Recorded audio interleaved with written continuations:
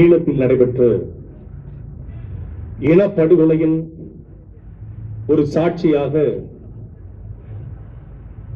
செம்மணி படுகொலையின் அகழாய்வு ஆதாரங்கள் கிடைத்திருக்கிறது. இந்த புகைப்படங்களை பார்க்கிற பொழுது ஒரு வழி நம்ம அறியாமல் நம்ம நெஞ்சை அறுக்கிறது. கூப்பிடு தூரத்தில் இவ்வளவு பெரிய இனக்கூட்டம் இருந்தும் கொத்து கொத்தாக தமிழர்கள் கொலை செய்யப்பட்டிருக்கிறார்கள். இதே செம்மணி என்கிற இடத்தில், யாழ்ப்பாணத்தில்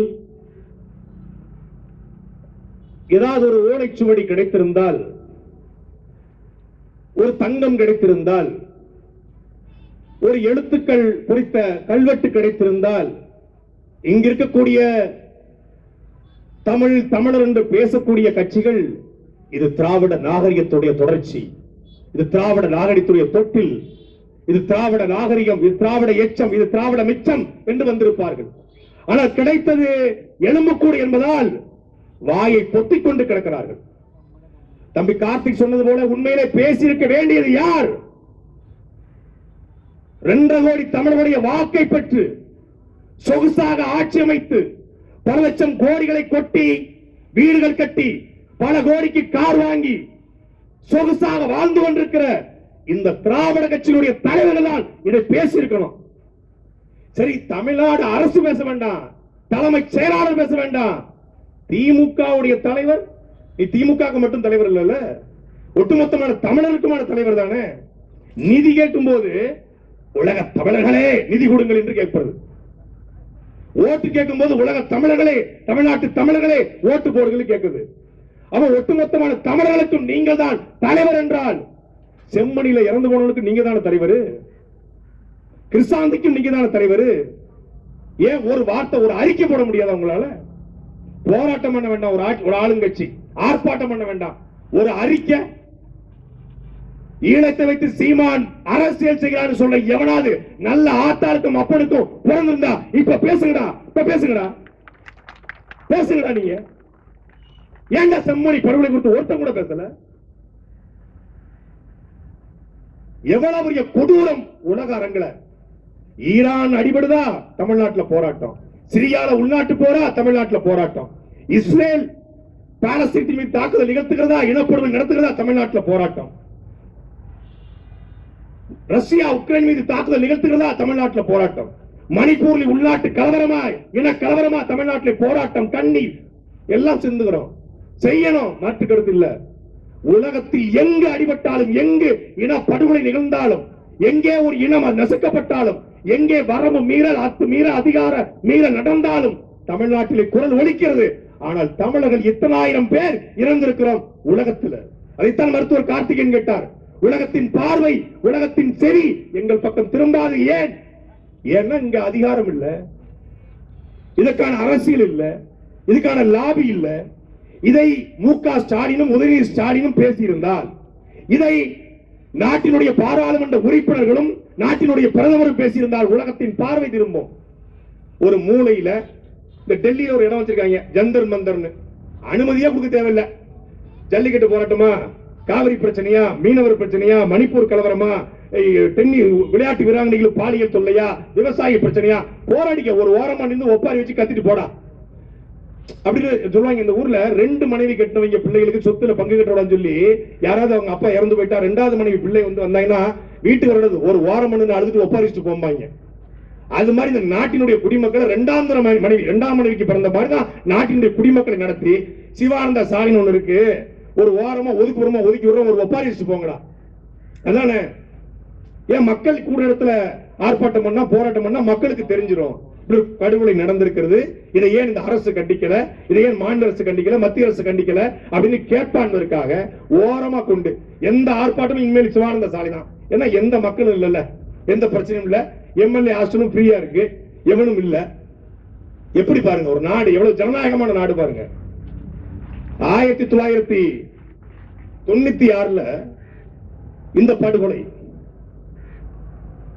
சுண்டிவிலி மகளிர் கல்லூரிக்கு 2ஆம் ஆண்டு படிக்க போகிற கிருஷ்ணாந்தி என்கிற மாணவி அவருடைய சக தோழி ராணுவ வாகனம் அடித்து இறந்து போயிடுறார்.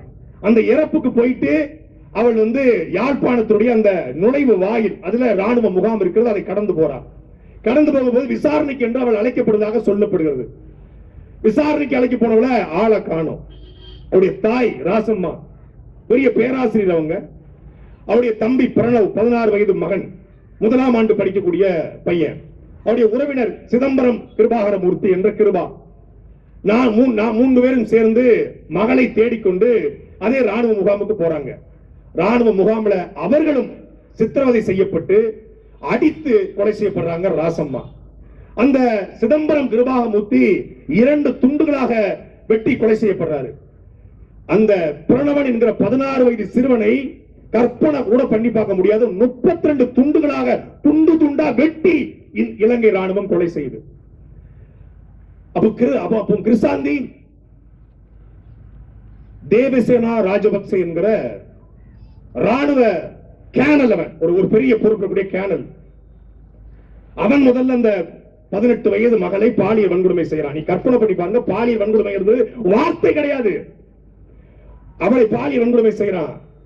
11 பேர் மாறி மாறி மாறி மாறி 11 பேர் பாலியல் வன்கொடுமை செஞ்சிருக்கிறான். அவளுடைய அக்கா கிருசாந்தியினுடைய அக்கா பிரசாந்தி 21 வயது, அவ ஒருத்தி தான் அந்த குடும்பத்தில் உயிரோடு இருக்கிறார். ஜனாதிபதிக்கு கடிதம் எழுதுறார், தொடர்ச்சியா மனு போடுறா, என் குடும்பத்துல இப்படி காணாமலாக்கப்பட்டிருக்காங்க, என்ன ஆச்சுன்னு தெரியல, பாடி கிடைக்கல, என்ன ஆச்சுன்னு தெரியல, விசாரணைக்கு போனவங்க உயிரோடு இருக்காங்களா இல்லையா. அதுக்கப்புறம் ஜனாதிபதியின் உத்தரவின் அடிப்படையில் விசாரணை நடக்கிறது, நீதிபதியின் உத்தரவின் விசாரணை நடக்கிறது. விசாரணையில ராணுவ முகாமுக்கு சென்ற தடயங்கள், ரத்தங்கள், அங்கே விசாரணையினுடைய உடைகள் கிடைக்கிறது. அதை வைத்து இவர்கள் குற்றவாளி என்று 11 பேர், தேவசேனா ராஜபக்சே உட்பட 11 பேர் கைது செய்யப்படுறாங்க. கைது செய்யப்பட்டு சிறையில் அடைக்கப்படுறாங்க. தீர்ப்பு வருகிறது, அவர்களுக்கு மரண தண்டனை, 11 பேருக்கு மரண தண்டனை. மரண தண்டனை விதித்த உடனே மரண தண்டனை தப்பிப்பதற்காக இந்த வழக்கினுடைய முதன்மை குற்றவாளியாக கூடிய தேவசேனா ராஜபக்சே அப்ரூரா மாறுறான். அப்ரூரா மாறி அவன் சொல்றான், இந்த ராணுவ முகாமில் இந்த 4 பேருடைய உடல் மட்டுமல்ல, நூற்றுக்கணக்கான விசாரணை கைதிகளுடைய உடல்கள் அங்கே இருக்கிறது, மிகப்பெரிய புதைகுழியில் இருக்குன்னு சொல்றான். 1998 சொல்றான். ஆனால் அரசு ஆட்சி அதிகாரம் சிங்களவன் கையில் இருக்கிறது, ஆராய்ச்சி நடத்தப்படல. யாழ்ப்பாணம் முழுக்க சிங்களவன் கட்டுப்பாட்டில் இருக்கிறது, ஆராய்ச்சி நடத்தப்படல. காலங்கள் கடக்கிறது, 11 பேரும் விடுதலை செய்யப்படுறான். மிகப்பெரிய இனப்படுகொலை நடைபெறுது, எல்லாம் முடிஞ்சிருது. மீண்டும் இது எப்படி வெளியே வந்ததுன்னா, அரசாங்கம் செய்யல, அகலாய்வுனா நம்ம ஊருக்கு மாதிரி தொல்லியல் துறை பண்ணல. நல்லூர் கந்தசாமி கோயிலுடைய தேவஸ்தானம், அந்த தேவஸ்தானத்துக்கு பாத்தியப்பட்ட இடம் தான் இந்த சிந்து பாத்தியம் என்கிற செம்மணி பகுதி. தேவஸ்தானத்தின் சார்பில் ஒரு ஆராய்ச்சி நடக்குது. அந்த ஆராய்ச்சிக்காக அகலாய்வு செய்யறாங்க. அந்த ஆராய்ச்சிக்கான அகலாய்வு செய்யும் போதுதான் எலும்பு கிடைக்குது. அது மாட்டு எலும்பு தான் முதல்ல நினைக்கிறாங்க. மாட்டு எலும்பு சொல்லி ஆராய்ச்சி பண்ணும்போது மாட்டு எலும்பு இல்ல, மாட்டு எலும்புனா கடினமா இருக்கும், இது மனித எலும்புன்னு தெரிய வருது. சரி, இது சுடுகாட்டு பகுதி, ஒருவேளை பழைய பிணங்களாக எரித்த பிணங்களுடைய எலும்புகள் இருக்குமா என்று பார்க்கிற பொழுது அது சைவ மரபை பின்பற்றக்கூடிய சுடுகாடு. அவர்களுக்கு புதைக்கிற வழக்கம் கிடையாது, எரிக்கிற வழக்கம் தான். அங்கே எரித்திருப்பாங்க. அப்ப எலும்பு யாரின் எலும்பு என்று தோண்ட ஆரம்பிக்கிறாங்க. பிப்ரவரி மாதம் செய்தி பாராளுமன்றத்துக்கு போகுது. நாட்டில யாரு ஒடுக்கப்பட்ட பாட்டாளி வர்க்கத்தினுடைய பிரதமர் என்று அறியப்படுகிற அனுரகுமார திசநாயக்கா, இங்க இருக்காங்க கம்யூனிஸ்ட், காம்ப்ளாட்டிஸ்ட், இவங்களுடைய பிரான்ச் ஆபீஸ் தான் அது, அனுரகுமார திசநாயக்கா. அந்த அனுரகுமார திசநாயக்கா சொல்றாரு, நிதி இல்ல. இங்க எப்படி சொல்றாங்களோ அதே மாதிரி நிதி இல்ல. சில கட்ட நிதி இருக்கும், சுடுகாட்டு கட்ட நிதி இருக்கும், ஆனா ஏதாவது ஒரு ஆராய்ச்சி பண்ண சொன்ன நிதி இருக்காது. அது மாதிரி அவனுக்கு நிதி இல்லைங்கிறான். ஒரே ஒரு மனுஷன், யாழ்ப்பாணத்துடைய பாராளுமன்ற உறுப்பினர் பொன்னம்பலம் அவர்கள், கஜேந்திரன் பொன்னம்பலம் அவர்கள், அவர் தொடர்ச்சியாக இது குறித்து பேசி மிகப்பெரிய ஒரு அரசியலை முன்னெடுத்துத்தான் அதுக்கப்புறம் நீதிபதியின் பார்வையில மீண்டும் அகலாய்வு நிகழ்த்தப்பட்டு இதுவரைக்கும் 105 எலும்புக்கூடு எடுக்கப்பட்டிருக்கிறது. அதுல எலும்புக்கூடுகள் சாதாரணமா கடந்து போக முடியாது. குழந்தைங்க பள்ளிக்கூடத்துக்கு கொண்டு போற வாட்டர் பாட்டில், குழந்தைங்க குடிக்கக்கூடிய ஃபீடிங் பாட்டில், பள்ளிக்கூடத்துக்கு போற பள்ளிக்கூடத்து பை, பள்ளி பை, புத்தக பை, ஒரு தாயினுடைய மாரை அணைத்துக் கொண்டு ஒரு குழந்தை படுத்திருக்கிறது. அப்படின்னா என்ன நடந்திருக்காங்க?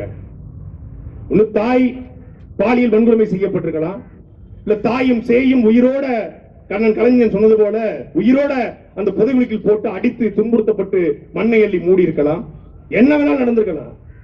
நம்முடைய கற்பனை தான் இப்படி இந்த கொலை நடந்திருக்கு. ஆனா ஒரு கொடுமையான கொலை நடந்திருக்கிறது. இது வெறும் 1996 நடந்ததா? இல்லை, அதிலிருந்து தொடர்ச்சியா நடந்திருக்கு. வெறும் 100 குழிகள் மட்டும் தான் தோன்றிருக்காங்க. 95 குழிகள் தோன்றதுல 104 பேர் கிடைச்சிருக்காங்க.